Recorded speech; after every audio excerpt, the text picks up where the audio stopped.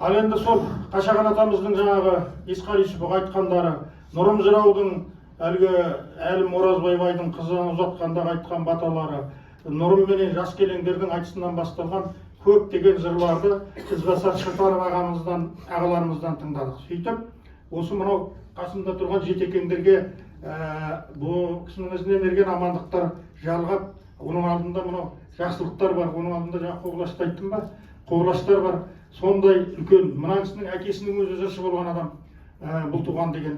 Сондай жалғасып келе жатырған, аттары аталмай қалған, елеусіз қалған, бая біздің бала күнімізде үлкен той астарда жырлап отыратын, екі бай дейтін шалдар болатын еді, үлкен жыршылар еді, солардың бәрі де сондай елеусіз қалып қойған.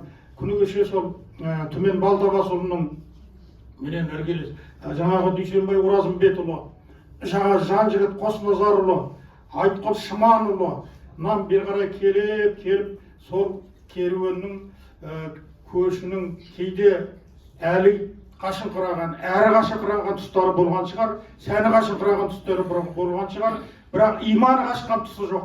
Сол иманның қашпағанның себебінен мынау осы керуеннің бұйдасын мынау Елдос ұстап, оны алға Ақылбек ұстап, айналасында мынау Сұлтанбек, Әнуарбектей замандас бауырлары жиналып, түгел осы Құдайға шүкір қазынамызды алып бері қарай келдік бүгінге.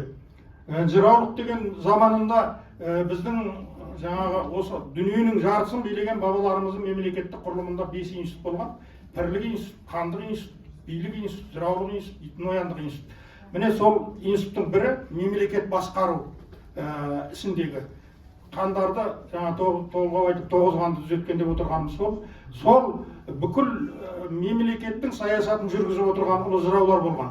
Енді кейін біздер отарлық тағдырымыз отарлық мынау неге бұғауға түскеннен кейін жыраулық өзінің миссиясын өзгертті. Бұқар жырау менен әлгі билік миссиясы тоқтады да, одан кейін біздің ұлтты тәрбиелеу миссиясы шықты жыраулықтың мойнына артылған жүк.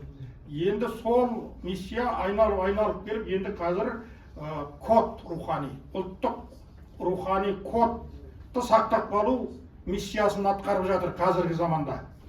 Міне Ақылбектің мойнында сондай қасиетті жүк бар, соны арқалап келе жатыр. Өздеріңіз біліп отырсыздар, оның ата сойы да, ана тегі де қасиетті тұқым. Бекет атамның батасымен болған бала шалдың ұрпағы, Бекет атаның батасымен болған шалдың баласы, сол қасиеттердің арқасында шарапатыменен, шапағатыменен осы үлкен жүкті арқалап келе жатыр.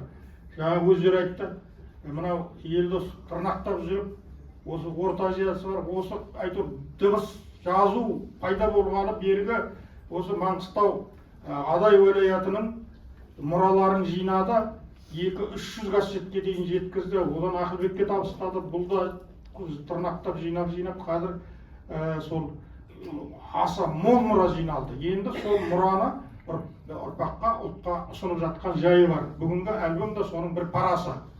Жаңа өзінің әңгімелерінде жырдың ерекшеліктерін, бізде жаңағы мына сыр бойының жыршылық мектебі үлкен әрекет үстінде жұмыс жасап әлемге шығып кетті. Біз дәл ол күйге жете алған жоқпыз әлі, бірақ жетеміз.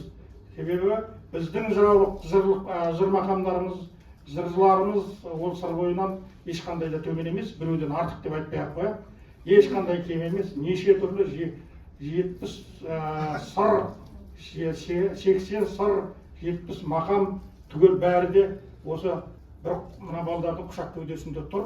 Үйреніп қалатын ұрпақ керек, соған жабысып, тастай қатып, тістей батып, сол жабысып қалатын, артынан еретін ұрпақ керек. Сол ұрпаққа Құдай сана берсін, сол ұрпаққа шалдарымыздан қалған иман берсін.